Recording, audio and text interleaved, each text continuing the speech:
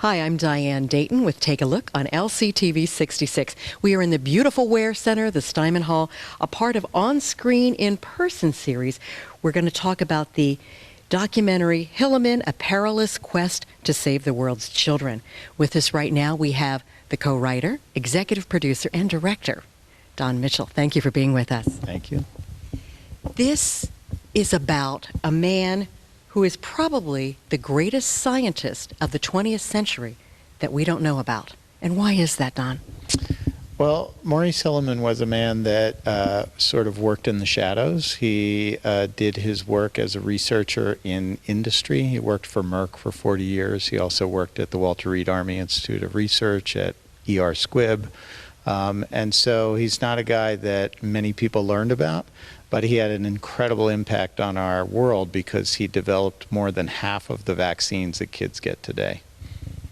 We've got to say that again. He developed more than half of the vaccines that kids get today. Yeah. So, when you think of vaccines, you typically think of researchers like Jonas Salk or Albert Sabin, who are, household names. But a guy like Maurice Hilleman, he did his work in the background. And the work of developing vaccines is really, it's unsung work because many developers of vaccines, they do a lot of different things. Hilleman not only invented some of the vaccines that he developed, but he also took the work of other researchers who developed an initial idea for a vaccine, and he would then take that and scale it up to a point where you could actually give it to millions of children or people in the world and get it out there in a way that would really have an impact on that disease. So we're talking vaccines for like measles, mumps, rubella. That's right. So measles, mumps, rubella is a good one to start with because Hilleman actually invented the MMR vaccine. He not only did the work of helping to develop the measles vaccine, he invented the mumps vaccine. He then worked with a number of other scientists to develop a rubella vaccine. And then he actually put them all together into one shot. So that if you really think about the time frame in which he was working, kids weren't getting many vaccines. I mean, the polio vaccine was probably the first big vaccine that people really can remember. And so he was working in that time frame. So as he developed 1, 2, 3 vaccines, all of a sudden kids were getting 4 shots instead of 1. So he decided, I'm gonna put all these vaccines into one shot. So he took 3 vaccines and put them into one shot. And that was the beginning of a very prolific career that he had. He was very focused, right? I mean, he came from Montana. What's his backstory? Well, yeah, he did come from Montana. He grew up on a farm. And so, when you grow up on a farm, you think about things that are practical, and you think about making things, and you think about, work ethic. And he was a man that was driven by those aspects of his personality. He was not somebody who was interested in celebrity. He didn't go looking for attention. He went looking for solutions.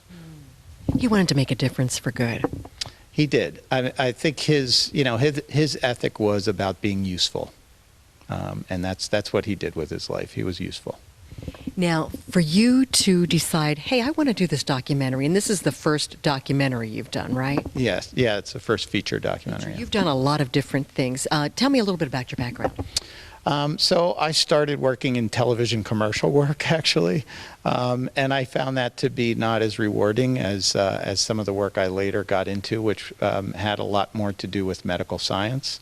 And so I've done a lot of work where I've actually been working to make families and referring physicians aware of rare anomalies in kids or birth defects that are rare, and have really tried to educate not just families that are facing something that's rare, but also a physician that's facing something that maybe they only see once or twice in their whole career. And so that's where I've done a lot of my work, is in that realm. So this idea came up. It's like, this is a story you felt you had to tell, right? Yeah, I mean, this was a story that I came to tell because I ended up working with Dr. Paul Offit on a couple of projects for his vaccine education center at the Children's Hospital of Philadelphia. And the more we worked, the more we talked about this idea of putting a human face to the science of vaccines. And originally that idea was sort of a history of vaccines approach. But the more we dove into it, the more we realized that Maurice Hilleman touched upon so many of those vaccines that it really made sense to tell the story of him. And in doing this, you've incorporated some wonderful things like archival footage. We have. We have a ton of archival footage in this film. That was actually one of our biggest challenges with the project, was trying to not only find the material that showed Hilleman, because he wasn't a celebrity, it was not that easy to find. Fortunately, we had people at the archives at Merck who helped us. We had people at the National Archives in Washington, D.C., and I had some very strong people on the team that did a lot of the great work of finding the material that we were able to use in the film. And then, of course, the process of trying to get all that material licensed is it's a big job. Yeah. So in putting this documentary together, I know you experienced a lot of different things. Was it what you thought it was going to be? I think it was what I thought it was going to be, but it turned out to be a lot more. I mean, like anything that you haven't done before, the arc of the effort is sort of steep at times. So the learning curve was steep, but it was ultimately an extremely rewarding process. And as difficult as that can be when you're diving into new territory, it also ends up having a lot of return. So. Well, you've already won Best Documentary. This was in 2016. Cinema category. You also won another award, too, in Greece. So in October of 2016, we won the Science Communication Award at the 10th International Science Film Festival in Athens. So yeah, that was an honor. So this is going to be showing here at the Ware Center, and then it's going to be showing a few other places too, correct?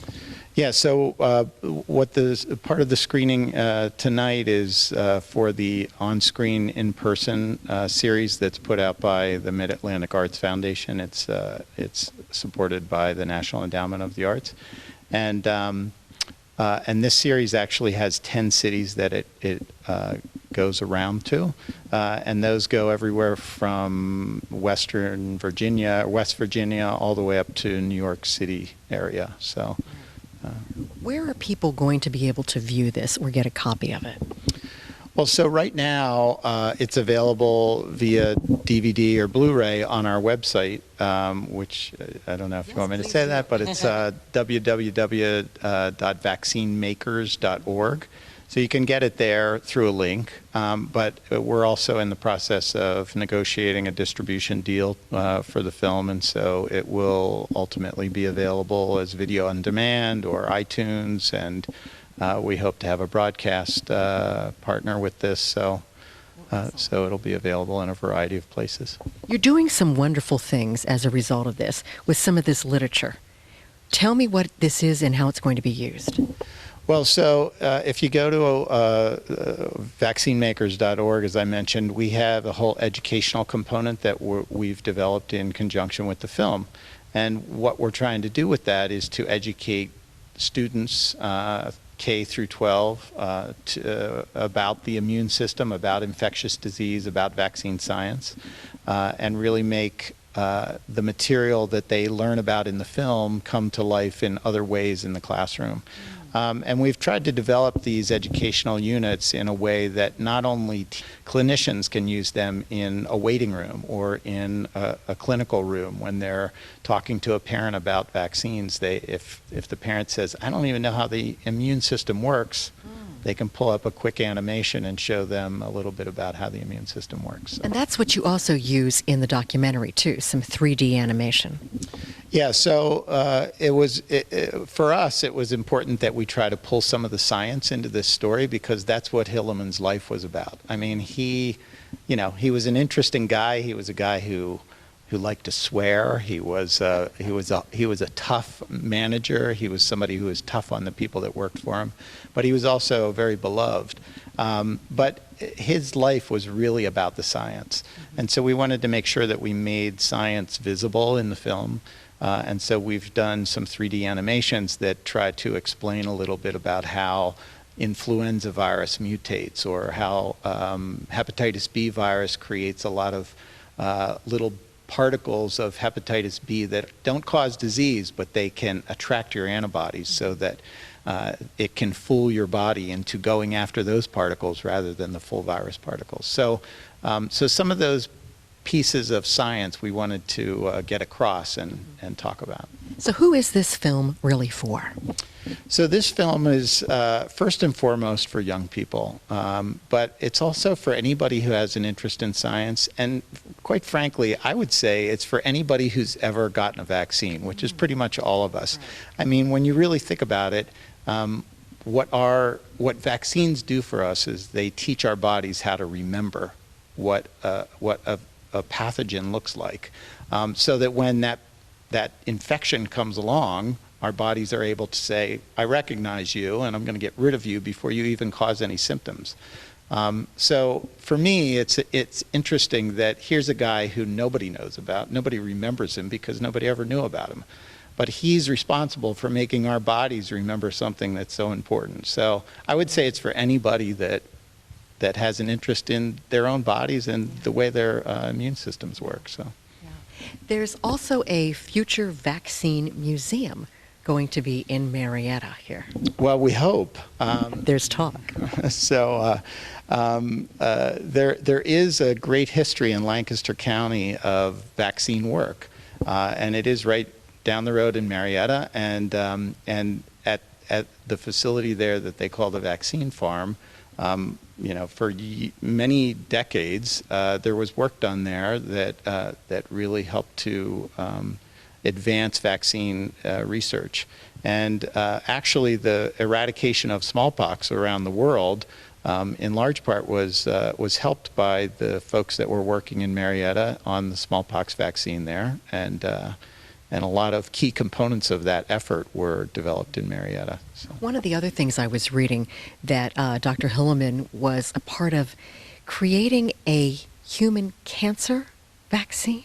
Yeah, so it's interesting when you think about cancer. You know, I think in the old days we used to think about cancer as one thing. Now I think we understand that cancer is a variety of different diseases. But there are actually cancers that are caused by viruses or caused by infections. And so a good example of that is, for instance, the new HPV vaccine. It is the human papillomavirus vaccine. That's a primary cause of cervical cancer and neck cancers in men. And so when you can create a vaccine that stops an infection, you can actually stop cancer from happening. And that's what Hilleman did. He was the very first one to ever do this. He actually did it the first time with chickens. He developed a vaccine against a virus that caused cancer in chickens, and he was able to stop cancer from happening in chickens. And then after he did that, he ended up making a vaccine against hepatitis B virus, which is it's the number 3 cause of cancer in humans in the world. And it causes liver cancer. And so by stopping hepatitis B infection, he was able to create an anti-cancer vaccine. And it was the very first one for humans. It's such a broad scope and strokes of his work, how it has touched our lives. And talking about preventing pandemic flu as well. Yeah, so the interesting thing about Hilleman's lifespan is he was born in 1919, and if you know anything about pandemic flu, 1918, 1919 was the worst pandemic we probably have on record of influenza. And they estimate that that pandemic killed between 50 and 100 million people around the world. That's just an unfathomable amount of human life that was taken by that virus. So he was born in the midst of that. And what's fascinating about his childhood is he probably never got a vaccine when he was a kid. He came from a poor family. His dad was probably not able to provide medical attention to them because of their financial situation, and his dad also, ironically, didn't really believe in vaccines, and so Hilleman went on to become the guy who developed many vaccines. But as far as pandemic flu goes, that was one of his first ventures, was at the Walter Reed Army Institute of Research. He was the guy who figured out that flu mutates every year. I mean, we know that now as something that's common knowledge. We have to get a new flu vaccine every year. They didn't know that then, and he's the guy that figured that out. And so by figuring that out, he became the point person and was able to actually discover and realize that a new pandemic was on its way in '57. And he was able to stem the tide on that in the United States because he figured it out and he had early warning. Yeah.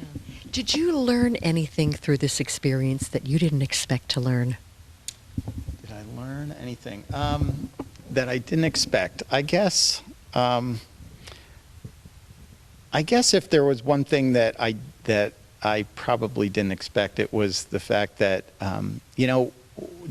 we tend to think of things like vaccines or drugs as just being these convenient things that are there for us when we need them.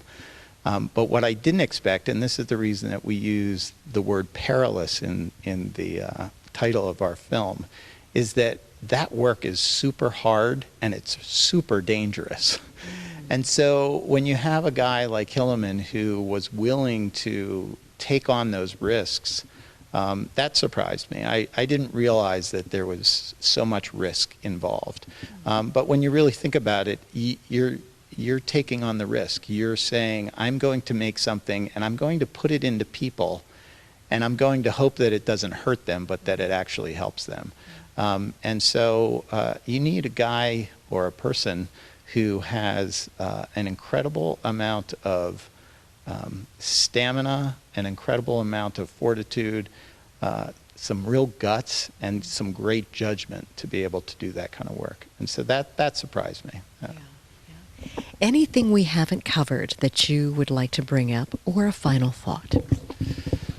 Well, I would just say that, one of my hopes with this project is that young people see what Hilleman did and they say, wow, I'd like to be able to do something like that. I mean, when you think about a single person who had this kind of impact on the world, I mean, conservatively, we estimate that his work saves 8 million lives every year around the world. That's conservative. I mean, that's probably just measles. So when you really think about it, the kind of impact he's had is something that not many people have had. And so I hope that this is the kind of project that will make a young person say, you know what, that's really noble work, and I think I'd like to do something like that. And I can make a difference, and he's made a difference, and you've made a difference with this film. Thank you so much for taking time to share your thoughts about the process, about the man, and for doing this, because you're educating all of us. We appreciate it. Thanks. I appreciate being here. And thank you for joining us today, too. I'm Diane Dayton with LCTV 66 on Take a Look.